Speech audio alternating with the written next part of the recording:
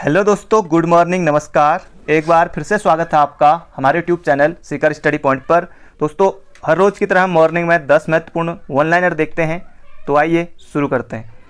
सबसे पहला प्रश्न है, वर्ष 1929 में लाहौर कांग्रेस के ऐतिहासिक अधिवेशन में कुमाऊं क्षेत्र का प्रतिनिधित्व किया था। किसी न किसी एग्ज़ाम में, आपको इतने सारे एग्ज़ाम हैं तो आपको ये ज़रूर दिख जाएगा। तो वर्ष 1929 के लाहौर कांग्रेस के ऐतिहासिक अधिवेशन में कुमाऊं क्षेत्र का जो प्रतिनिधित्व किया था, इसका सही उत्तर जिन लोगों ने सोचा है तो दोस्तों ये हो जाएगा हर्षदेव ओली। तो ये हो जाएगा बिल्कुल सही उत्तर। तो ये आपको बिल्कुल याद रखना है। और इनको काली कुमाऊं का शेर कहा जाता है। काली कुमाऊं का शेर भी इनको कहा जाता है। खेती खान में इनका जन्म हुआ था हर्षदेव ओली का। अगला क्वेश्चन है, लहचारी किस जनजाति का नृत्य है? तो लहचारी, ये याद रखिए, लहचारी किस जनजाति का नृत्य है? तो ये हो जाएगा थारू। लहचारी किस जनजाति का नृत्य है? तो थारू है। और झुमड़ा भी इनका है। लहचारी तो नृत्य है और झुमड़ा क्या है? यह है इनका नृत्य गीत। अंतर है, झुमड़ा है नृत्य गीत, लहचारी है ये है नृत्य। तो अंतर है दोनों में, याद रखेगा, एग्जाम में प्रश्न बनता है। तो बढ़ते हैं अगले क्वेश्चन की तरफ। और उजली या अनेरी होली का संबंध भी थारू जनजाति से है। अगला, तुंगनाथ किस पर्वत पर स्थित है? तुंगनाथ कहाँ स्थित है? रुद्रप्रयाग में। ऊंचाई कितनी है? 3680 मीटर है। एग्जाम में क्या पता आपको देखने को मिल जाए ऊंचाई किस पर्वत पर है। रुद्रप्रयाग में, तृतीय केदार में आता है। किस पर्वत पर स्थित है? तो ये हो जाएगा चंद्रशिला पर्वत पर। चंद्रशिला पर्वत पर। और इसके अलावा मधमेश्वर नाथ भी, जैसे केदारों में आता है, पंच केदारों में से दूसरा केदार मधमेश्वर नाथ। तो मधमेश्वर नाथ जो है वो चौखंबा शिखर पर है। चौखंबा शिखर पर रुद्रप्रयाग में। तो ये भी आपको याद रखना है। तुंगनाथ चंद्रशिला पर्वत पर, ऊंचाई 3680। अगला प्रश्न है हमारा, उत्तराखंड गौरव दिवस के रूप में मनाया जाता है। इंपॉर्टेंट प्रश्न है, उत्तराखंड गौरव दिवस के रूप में मनाया जाता है। तो ये मनाया जाता है कब? 10 सितंबर को। तो 10 सितंबर को इसलिए क्योंकि 10 सितंबर को गोविंद वल्लभ पंत का बर्थडे होता है, तो इसलिए 10 सितंबर। और 10 सितंबर 1887 को इनका जन्म हुआ था। ये भी एग्जाम में पूछा जा चुका है। तो उत्तराखंड गौरव दिवस इनके जन्म दिवस पर मनाया जाता है। तो ये आपको बिल्कुल याद रखना है। भारत रत्न से सम्मानित अभी तक आप सभी को पता है कि एकमात्र इन्हीं को दिया गया अभी तक उत्तराखंड से, गोविंद वल्लभ पंत। तो इसका उत्तर हो जाएगा गोविंद वल्लभ पंत। 10 सितंबर को मनाया जाता है उत्तराखंड गौरव दिवस। और ये जीबी पंत के जन्म दिवस के रूप में। तो ये आपको बिल्कुल याद रखना है। अगला प्रश्न है, किस वर्ष उत्तराखंड में वनों के प्रबंधन व नियंत्रण हेतु वन पंचायतों का गठन किया गया? बहुत ज़्यादा महत्वपूर्ण प्रश्न है। एग्जाम में आपको निश्चित रूप से, बहुत सारे एग्जाम है, किसी न किसी एग्जाम में जरूर दिख जाएगा। किस वर्ष उत्तराखंड में वनों के प्रबंधन और नियंत्रण हेतु वन पंचायतों का गठन किया गया था? कब? 1931 में। तो 1931 में कुमाऊं में सर्वप्रथम जो वन नियम बने थे वो भी 1931 में बने थे। और वनों के प्रबंधन और नियंत्रण के लिए वन पंचायतों का गठन भी कब किया गया था?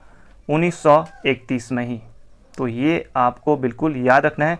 और महिलाओं का जो वन पंचायतों में से आरक्षण है तो 50% है। अगला है, छठा प्रश्न है हमारा, उत्तराखंड उच्च न्यायालय के भवन का निर्माण, उत्तराखंड उच्च न्यायालय कहाँ स्थित है? नैनीताल है। देश का 20वां। तो भवन का जो डिजाइन था, निर्माण था, किसने कराया था? भवन का निर्माण ये आपको यहाँ पर बताना है। तो ये हो जाएगा सेंटोनी मैकडोनाल्ड। सेंटोनी मैकडोनाल्ड ने जो उच्च न्यायालय भवन है इसका निर्माण कराया था। तो ये आपको बिल्कुल याद रखना है, सेंटोनी मैकडोनाल्ड ने। और इसकी नींव कब रखी गई थी, ये बहुत ज़्यादा इंपॉर्टेंट है। इससे आप, अगर आपको नहीं आता है तो अभी आप कॉपी पर लिख सकते हैं। 27 अप्रैल 1897 को, पूरी डेट के साथ आपको एग्जाम में देखने को मिल सकता है। तो 27 अप्रैल जो नैनीताल राजभवन है, और जो राजभवन या हाईकोर्ट भवन, तो वही, तो 27 अप्रैल 1897 को इसकी नींव रखी गई थी। तो ये आप जरूर लिख लीजिए। अगर आपको नहीं आता है तो आता है तो ठीक है, तो ये आपको याद होना चाहिए। और इसका जो भवन का निर्माण कराया था सेंटोनी मैकडोनाल्ड ने, और गौथिक शैली में है, गौथिक शैली में। तो ये भी आपको बिल्कुल याद रखना है। तो बढ़ते हैं आगे। उत्तराखंड में सर्वाधिक खुले वन। अब दोस्तों ये इससे संबंधित, क्योंकि इसका उत्तर जो होगा पौड़ी होगा। अभी आपको बताऊंगा नैनीताल के बारे में भी। अगर आए उत्तराखंड में सर्वाधिक खुले वन, तब आप क्या करेंगे? पौड़ी। अगर आए सर्वाधिक वन क्षेत्रफल, तब भी आप क्या करेंगे? पौड़ी करेंगे। सर्वाधिक खुले वन, पौड़ी। सर्वाधिक वन क्षेत्रफल, पौड़ी। और सर्वाधिक मध्यम सघन वन, तो पौड़ी। तो सब आपको पौड़ी करना है। एक बार फिर से, सर्वाधिक खुले वन, यहाँ पर प्रश्न है पौड़ी। और इसके अलावा था सर्वाधिक वन क्षेत्रफल, हाँ क्षेत्रफल लिखा है यहाँ पर, तो सर्वाधिक वन क्षेत्रफल ये पौड़ी। मध्यम सघन वन, तो पौड़ी। अब बचा कौन सा? प्रतिशत, तो ये हो जाएगा नैनीताल। प्रतिशत में हो जाएगा नैनीताल। तो ये सब याद रखेगा, एग्जाम में प्रश्न बन सकता है। अगला है मोलाराम कला संग्रहालय स्थित है। तो ये कहाँ स्थित है? तो श्रीनगर में है। मोलाराम कला संग्रहालय कहाँ स्थित है? तो ये मेरे भाई श्रीनगर में। और मोलाराम के जो गुरु थे, ये थे राय सिंह, और इनका जो पारिवारिक पेशा था वो सुनार था। जब एग्जाम में आया था तो लोग उसमें हिल गए थे, क्योंकि बहुत कम लोग उसको 10% लोग या 5% लोग सही कर पाए थे। तो मोलाराम कला संग्रहालय कहाँ है? तो यह श्रीनगर में। तो बढ़ते हैं अगले क्वेश्चन की तरफ। अगला क्वेश्चन है कुमाऊं में शिक्षा विभाग की स्थापना कब हुई थी? बहुत ज़्यादा इंपॉर्टेंट प्रश्न है। कुमाऊं में शिक्षा विभाग की स्थापना कब हुई थी? तो इसका सही उत्तर हो जाएगा 1854, और कई लोगों ने पढ़ा होगा 1857। फिर उसके बाद फिर कमेंट आएंगे। तो जहाँ तक दोस्तों ऑप्शन के हिसाब से अगर 1854 आता है तो ये आपको करना है, बाकी दो ऑप्शन एक साथ जहाँ तक नहीं रहेंगे। तो ऑप्शन के हिसाब से अगर इन ऑप्शन में से एक ही रहेगा जहाँ तक है, तो 1854 कुमाऊं में शिक्षा विभाग की स्थापना। तो ये आपको बिल्कुल याद रखना है। और कुमाऊं में बालिका शिक्षा की शुरुआत कब से हुई थी? बालिका शिक्षा की तो ये हुई थी 1867 से, 1867 में।